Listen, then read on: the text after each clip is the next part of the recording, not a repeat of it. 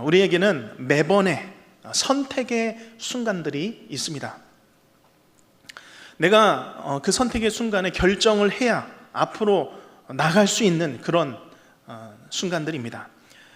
특별히 한 번도 우리가 경험해 보지 못한 일들을 선택할 때에는 더 고민도 많고 더 조심스럽기 때문에 우리의 마음 가운데 걱정과 염려가 가득하게 되는 것을 보게 됩니다. 그런데 한편은 또 주위를 둘러보면 다른 사람들은 그런 일들에 대해서 너무 능숙한 사람들이 있습니다. 정말 판단이 빠른 사람들이 있는 것이죠.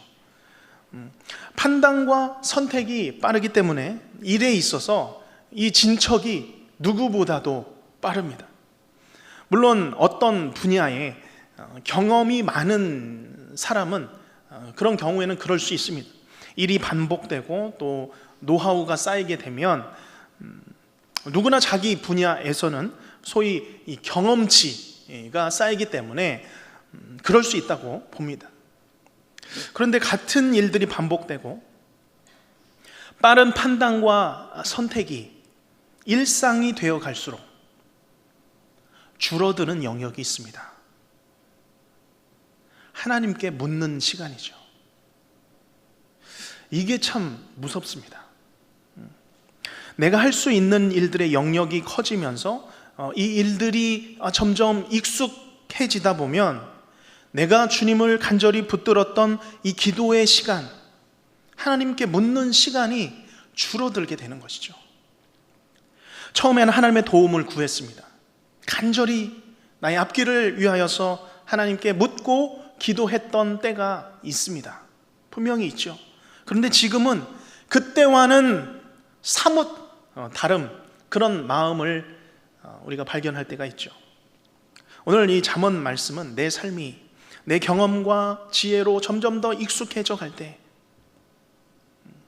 그러나 하나님의 자리를 점점 잃어가는 성도들을 위하여서 오늘 말씀은 도전하고 있습니다. 또한 여전히 내가 가야 할 길, 아직도 막막하고 아직 그 길을 예측할 수 없는 상황 가운데 있을 때에 우리가 누구를 붙들어야 할 것인가, 우리가 무엇을 붙들어야 할 것인지를 오늘 말씀하고 있는 것입니다. 이 잠언 말씀 우리가 많이 듣기도 하고 또 읽기도 한 말씀이지만 이제 이 열어주소서라는 이 주제로, 이 주제 안에서 다시 새롭게 우리가 묵상해 보려고 합니다. 하나님, 오늘 이 말씀이 오늘을 살아가는 내 상황 가운데 정확하게 주시는 하나님의 말씀으로 주님 받게 하여 주시옵소서. 특별히 인생의 항해길과 먼 길을 향해 걸어가는 나그네와 순례자의 삶을 우리가 지금 이 땅 가운데서 살아가고 있는데, 우리가 세상의 길로 지도받는 것이 아니라 하나님의 말씀으로 내 가는 길 지도받는 하나님 이 시간 되게 하여 주시옵소서. 하나님, 나의 갈 길을 하나님 밝혀 주시옵소서. 우리가 기도의 자리로, 다시 이 기도의 자리로 나아갈 수 있는 우리 모든 성도님들 되시기를 간절히 바랍니다. 먼저 5절 말씀에 보면 지금 우리가 이 땅을 살아갈 때에 어떻게 살아갈 수 있는지 이 두 가지 방법에 대하여서 말씀하고 있습니다. 서로 상반된 방법이죠. 우리 5절 말씀 다시 한번 읽겠습니다. 너는 마음을 다하여 여호와를 신뢰하고 내 명철을 의지하지 말라. 아멘. 여기 첫 번째는 여호와를 신뢰하며 살아가는 방법, 그런 사람들이 있습니다. 또 한 가지는 나의 명철을 가지고 살아가는 방법입니다. 나의 명철을 가지고 살아가는 사람들이 있다는 것이죠. 먼저 후자를 살펴봅니다. 내 명철을 의지하지 말라라는 말씀이죠. 나의 명철을 의지하고 사는 것에 대해서 말씀하고 있습니다. 이 명철이라는 단어는 우리가 일상에서 흔히 사용하는 단어는 아닙니다. 그렇죠? 이 명철은 어떤 일이나 사실에 대한 이해력, 통찰력을 의미합니다. 총명하고 사리가 굉장히 밝은 그런 상태, 그것을 명철함이라고 표현할 수 있겠습니다. 그런 사람들이 명철함이 뛰어난 사람이다 라고 말할 수 있겠죠. 그래서 이 잠언에서는 자주 등장하는 이 지혜라는 단어와 이 명철이라는 단어가 이렇게 대체되면서 사용되기도 합니다. 자, 그런데 이 명철이라고 하는 것은 사실 잘못된 것은 아닙니다. 죄가 아닌 것이죠. 우리는 하루하루 순간순간 우리의 수많은 일들을 선택해야 하는 순간들이 찾아올 때에 얼마든지 내가 가진 이 명철함으로, 이해력과 통찰력으로 선택하며 판단할 수 있습니다. 실제로 그렇게 살아가고 있죠.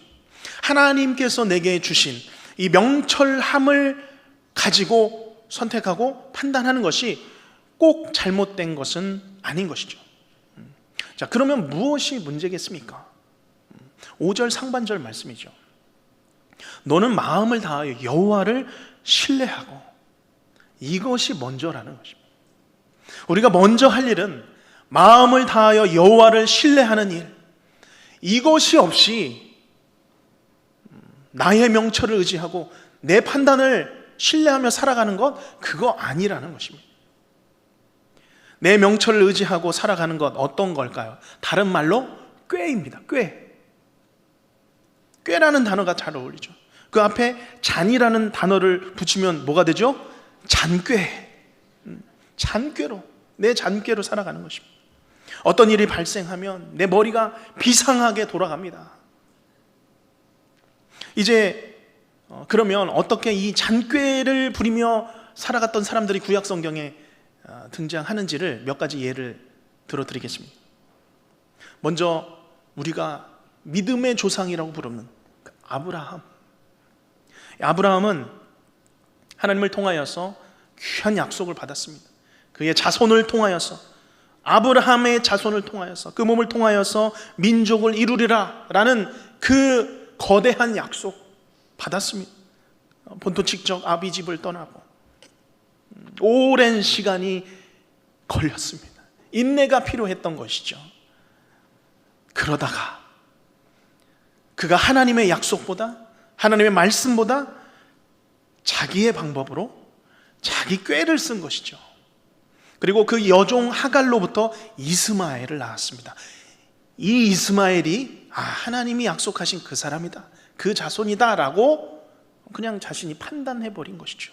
결국 이 이스마엘의 자손과 이삭의 자손이 서로 적대하는 그런 민족들이 되어버린 것이죠.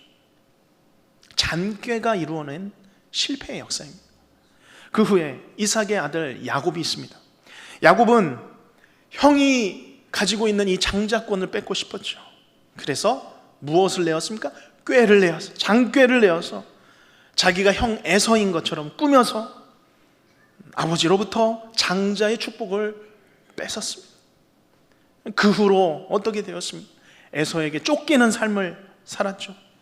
그 이후로도 야곱은 자기 꾀를 내며 살다가 결국 어떤 인생을 얻게 됩니까? 험악한 세월을 보냈도다. 인생의 고통을 겪게 되는 것이죠. 하나의 예만 더 들어봅니다. 여호수아 9장에 보면 하나님께서 여호수아에게 가나안 땅을 정복하라 말씀하셨습니다. 그리고 이 가나안 족속과는 어떠한 조약도 맺지 말라, 그렇게 말씀하셨죠. 명령을 하셨습니다. 전쟁을 하던 어느 날 먼 곳에서 여행을 온 사람들과 같은 그런 사람들이 이 여호수아를 찾아왔습니다. 그들을 그 모습을 보니까 그들이 가지고 있는 그 가죽 부대가 낡아져 있었습니다. 낡은 신발과 옷을 입고 있었고, 그들이 가지고 있는 이 떡을 보니 곰팡이가 피어 있었습니다. 그리고 여호수아에게 말하는 것이죠. 하나님에 대한 소문을 듣고 우리가 먼 나라에서 왔습니다. 이제 우리와 조약을 맺읍시다. 이렇게 요청을 한 겁니다. 이때 여호수아는 그들의 그 모습을 보고, 그 행색을 보고, 이 사람들 가나안 족속이 아니라 먼 곳에서 왔구나 판단한 것입니다.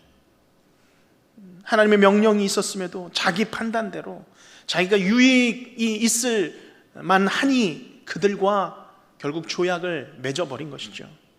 결국 먼 나라 사람이 아니라 가나안 가까운 이웃 족속이었습니다. 자신의 이해력과 자신의 판단력으로 살아가는 그런 실패의 순간인 것입니다. 인생의 통찰력, 자신의 이 명석한 이 잔꾀로 판단한 그런 예들이 얼마든지 있습니다. 이 명철이라고 할 때, 내가 내 명철이라고 할 때는 이것은 하나님 중심이 아닙니다. 내 중심의 생각이죠. 하나님이 기준이 아닙니다. 그저 인간적인 교육과 훈련과 경험이 쌓여진 것, 그것이 내 명철일 뿐입니다. 그래서 5절과 6절은 말씀하고 있는 것입니다. 너는 마음을 다하여, 마음과 연관되어 있죠. 마음을 다하여 여호와를 신뢰하라. 너는 범사에 그를 인정하라. 여호와 하나님을 인정하며 살아가라. 이것이 먼저라는 것입니다. 다윗이 하나님 앞에서 하나님의 마음에 합한 자로 인정을 받은 이유가 무엇이었겠습니까? 그는 위급한 일을 당할 때마다, 어려운 일들을 결정할 때마다 사무엘 상하 말씀에 보면 여호와께 물어 이르되, 여호와께 묻자온대, 하나님을 신뢰하고 하나님의 그 지혜를 얻고자 한 것입니다. 쫓기는 상황 가운데서도 여호와께 물어 이르되, 그는 하나님께 물은 사람이었죠. 어떻게 가야 할지, 어느 길로 가야 될지, 이것에 대해서 적군이 몰려오는데 내가 지금 도망을 쳐야 될지 말아야 될지 하나님께 물었던 사람이었죠. 다윗은 그것이 작은 일이라도, 사소한 일이라도 하나님께 물을 줄 알았던 사람이었습니다. 그러할 때에 하나님 마음에 합한 자가 된 것입니다. 어디를 가든지 겁내지 않는 것입니다. 하나님께 물으면 답을 찾을 수 있기 때문이죠. 그래서 하나님께서 그를 이기게 하신 줄로 믿습니다. 그러면 어떻게 하나님께 묻는 것일까요? 우리가 하나님께 기도로 묻는 것입니다. 기도로 묻는 것이죠. 마음을 다하여 하나님께 기도로 묻는 것입니다. 묻는 것이 기도입니다. 그러면 하나님께서 어떤 방식으로든 우리에게 응답해 주시는 것이죠. 우리의 마음 가운데 마음으로 응답해 주십니다. 마음의 확신으로 응답해 주십니다. 말씀으로 내게 주십니다. 다른 사람들의 입을 통하여서 말씀하십니다. 때로는 설교 말씀을 통하여서 응답하시고, 또는 찬양의 가사를 통하여서 내게 응답을 해 주십니다. 때로는 그 응답이 늦을 수도 있습니다. 조금 늦을 수도 있는 것이죠. 때로는 다른 길로 응답해 주십니다. 그러나 중요한 것은 묻는 것입니다. 우리 하나님께 묻는 것입니다. 기도하는 것이죠. 하나님, 내 길을 열어주시옵소서. 하나님, 이 길이 하나님께서 원하시는 길입니까? 기뻐하는 마음을 내게 허락하여 주시옵소서. 우리가 하나님께 기도하는 것이죠. 그래서 역대하 16장 9절 말씀에서는 여호와의 눈은 온 땅을 두루 감찰하사, 하나님의 눈은 온 땅을 그 눈동자로 지켜보시며 두루 감찰하사 무엇을 찾고 있을까요? 전심으로 자기에게 향하는 자들을 위하여 능력을 베푸시나니. 하나님께서 눈동자를 펼쳐셔서 온 땅을 두루 살피시면서 전심으로 자기에게 향하는, 하나님께 나아오는 그들에게 능력을 베푸시기를 기다리고 계신다라는 것입니다. 하나님께서는 하나님을 향하는, 하나님께로 나아오는 성도들을 찾으시는 줄로 믿습니다. 하나님께 묻고 하나님께 지혜를 찾는 것이죠. 마음을 다하여 마음 깊은 곳이 여호와 하나님을 믿고 신뢰하는 성도들입니다. 주의 말씀을 찾는 성도들, 기도의 자리를 찾는 성도들입니다. 주님의 세미한 음성을 듣기 위해서 모든 일마다 범사에 하나님의 인도하심을 인정하여 깨어 구하는 사람들입니다. 그러할 때에 오늘 마지막 문장을 보시면 그리하면 그 뒤에 뭐죠? 내 길을 지도하시리라. 내 길을 지도하시리라. 하나님께서는 우리의 길을 지도하시는, 인도하시는 분이십니다. 우리 내 자신에게 한번 질문해 보시기를 바랍니다. 나는 주께서 지도하시는 길을 지금 내가 잘 따라가고 있는지, 아니면 비틀비틀 이리저리 묻지도 못하고 어느 길이 맞는지도 못하고 그저 상황에 맞는 처한 대로 살아가고 있지는 않는지. 오늘 6절 마지막 문장을 다른 번역 성경으로 읽어보면 이렇습니다. 그가 내 앞길을 곧 열어주시리라.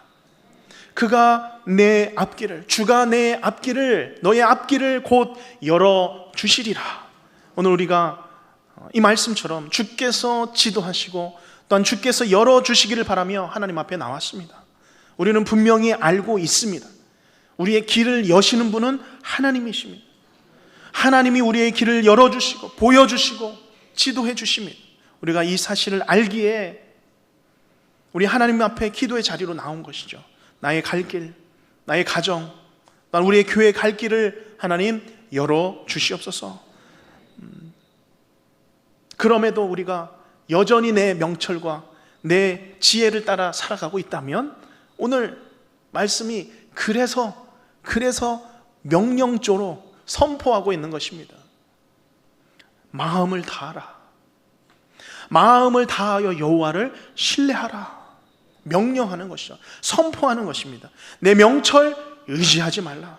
모든 일에 그를 인정하라. 그리하면 내 길을 인도하시리라. 내 길을 열어주시리라. 우리가 이 말씀을 어디에 선포하겠습니까? 허공에 선포하겠습니까? 우리의 영혼 가운데, 우리의 심령 가운데 선포하시기를 바랍니다. 우리 기도할 때에 이 말씀을 붙들고 내 영혼 가운데 선포하시기를 바랍니다. 내 영혼아 여호와를 마음을 다하여 신뢰하라. 범사에 그를 인정하라. 내 육신을 향해서 내 마음을 향해서 선포할 수 있는 우리 모든 성도님들 되실 수 있도록 기도하시는 이 시간이 되시기를 간절히 바랍니다.